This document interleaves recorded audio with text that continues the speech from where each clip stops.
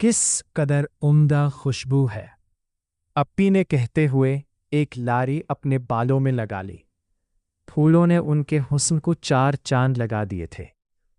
मैंने नज़र बचाकर एक फूल बालों में लगा लिया। फूल लगाते ही मेरा सर बुरी तरह से चकराने लगा। मैं घबराकर ज़मीन पर बैठ गई। दिल डूबने लगा, शिद्दत हुनूदगी सी होने लगी। यूं लगा जैसे किसी ने कंधों पर पहाड़ जितना वज़न रख दिया हो। मैंने घबराकर फूल उतार फेंका तो हालत संभाली। अप्पी को देखा तो वो तो गहरी नींद सो चुकी थीं। मुझे बहुत हैरत हुई थी कि अप्पी अचानक कैसे सो गईं। मेरी चटी हिस्स कह रही थी कि अप्पी को ये फूल नहीं लगाने चाहिए थे, मगर अब तो तीर कमान से निकलकर शिकार के सीने में पैवस्त हो चुका था। अरे ये लड़की मगरिब के वक्त सो रही है, ये तो इस वक्त नहीं सोती। अम्मा ने हैरत का इजहार किया। और ये फूल क्यों लगा रखे हैं इसने? मैं चुप रही, जानती थी कि सख्त डांट पड़ेगी अम्मा से। रात के आखिरी पहर मेरी आंख खुली तो अप्पी अपने बिस्तर पर नहीं थीं। शायद पानी पीने गई हो। मैंने अपने दिल को तसल्ली दी। काफ़ी देर इंतज़ार के बाद जब वो ना आई तो मेरा दिल को खौफ लहा हुआ। मैं बाहर निकल आई। हर जगह खामोशी का राज था। याक बातों की आवाज़ पर मेरे कदम थाम से गए। आवाज़ें चबूतरे की सीढ़ियों की तरफ से आ रही थीं। इसी असना में अप्पी की मधुर हंसी गूंजी। खौफ से मेरा खून जामने लगा। मैं हिम्मत करके सीढ़ियों के करीब पहुंच गई। वो किसी शख्स से महवे गुफ्तगू थीं। रात के इस पहर वो कौन था? और अप्पी यूं किसी अजनबी से बातें क्यों कर रही थी? मैं आगे बढ़ी मगर तेज़ रोशनी ने मेरी आंखें चुंधिया दे। मैंने घबराकर आंखों पर हाथ रख लिए। रोशनी के बायस मैं उस शख्स का चेहरे नहीं देख पाई थी। अच्छा, अब मैं चलती हूँ। अप्पी की ख्वाबीदा आवाज़ सुनाई दी। कल मिलने आओगी ना? वो शख्स बहुत मोहब्बत भरे लहजे में बोला। मैं तो खौफ से भागती हुई कमरे में आकर लेट गई। कौन था वो? तैयोंग या कोई और? अप्पी कमरे में आई। फूल अभी भी बालों में लगे थे। उनका चेहरे चंद की तरह रोशन था। मेरा दिल रोने को चाह रहा था कि सबको उठा दूं और ये माजरा कह डालो। सुबह तैयोंग खिलाफे मामूल बहुत खुश था। मुझे उसकी खुशी खटक रही थी। भाई बहुत खुश है, कोई बड़ी खुशी मिल गई है क्या? हाँ, कुछ ऐसा ही है। एक बात पूछूं? हाँ, पूछो। मैंने रात का वाकया गोशगुजार कर दिया। मेरी नज़रें उसके चेहरे पर थीं। अच्छा, मैंने तो ऐसा कुछ नहीं देखा। वो गड़बड़ा कर बोला। उसका लहजा उसकी बात की नफ़ी कर रहा था। अच्छा, तो ठीक है, मैं बाबा जान से पूछ लूँगी। मैंने अंधेरे में तीर चलाया। नहीं नहीं, मौलवी साहब से बात करने की कोई ज़रूरत नहीं। मैं खुद सारे मामले की नौइयत मालूम करता हूँ। अब नमाज को देर हो रही है, मैं मस्जिद जा रहा हूँ। वो नज़रें चुराकर बोलता बाहर निकल गया। रातों को गायब होना अप्पी का मामूल बन गया था। घर वालों से लाताल्लुक सी रहती। मगरिब के वक्त ही सो जाती और हर वक्त हर आईने के सामने खड़ी अपने बाल संवारती और अकेले में मुस्कुराती। अम्मा भी सब देख रही थी। अगली जुमरात को तैयोंग ने एक बच्चे के हाथ फूल भिजवाए जो अम्मा के हाथ लग गए। उस रात अप्पी बेखबर सोती रही, मगर सारी रात दरवाजे पर दस्तक होती रही।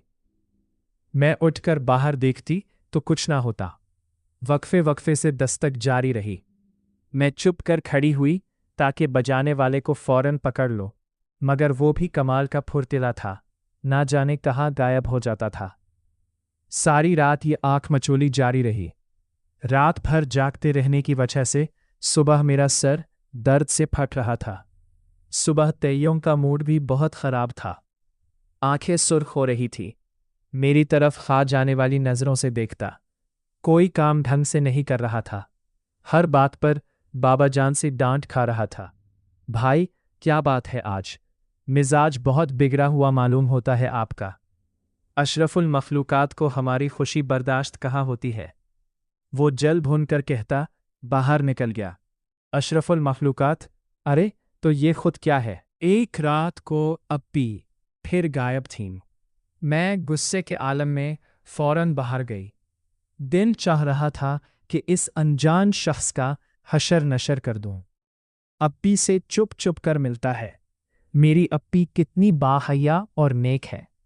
میں سوچتی وہاں گئی، دیکھا تو روشنی کا مضبوط حصار موجود تھا۔ میں ایک قدم بھی آگے نہ بڑھ سکی۔ ہاں، میں وعدہ کرتی ہوں کہ تم سے ہی شادی کروں گی، اپی ہنستے ہوئے وعدہ کر رہی تھی۔ میرا دل تو دھک سے رہ گیا۔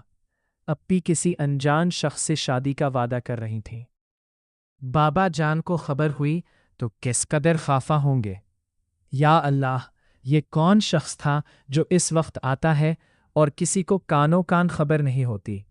اپی آپ رات کو کس سے باتیں کر رہی تھیں؟ میں انتہائی غصے میں بولی۔ میں پاگل، میں تو سو رہی تھی، اپی لاپرواہی سے ہنستے ہوئے بولی۔ اگلی جمعرات کو تہیوں نے پھر پھول بھجوائے جو اتفاقاً بابا جان کے ہاتھ لگ گئے۔ وہ انتہائی جلال کی حالت میں تہیوں کو آوازیں دیتے ہوئے حجرے میں چلے گئے۔ میں نے چپکے سے جھانکا۔ تہیوں بابا جان کے پاؤں پا کر رو رہا تھا۔ مولوی صاحب معاف کر دیں، میں بہت مجبور ہو گیا ہوں، محبت کے جذبے سے لڑ نہیں پایا۔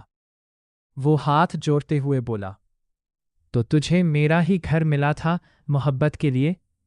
میں جنکک سے شادی کرنا چاہتا ہوں۔ بند کر اپنی بکواس۔ کبھی تو نے غور کیا ہے کہ یہ شادی ممکن ہے؟ مولوی صاحب، میرے باروں نے بھی ایسی شادیاں تھی ہیں۔ میرے اندر حوصلہ نہیں کہ میں اپنے جگر کا ٹکڑا تیرے حوالے کر دوں۔ بابا جان غصے سے گھورتے باہر نکل گئے۔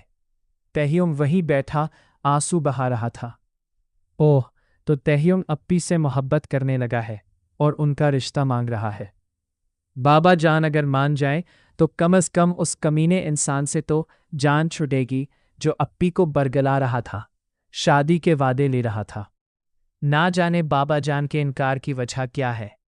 میں سوچتی ہی رہی، بی بی صاحبہ، آپ ہی میری مدد کریں، میں جنکک سے شادی کرنا چاہتا ہوں۔ وہ اماں جان کے قدموں میں بیٹھا تھا۔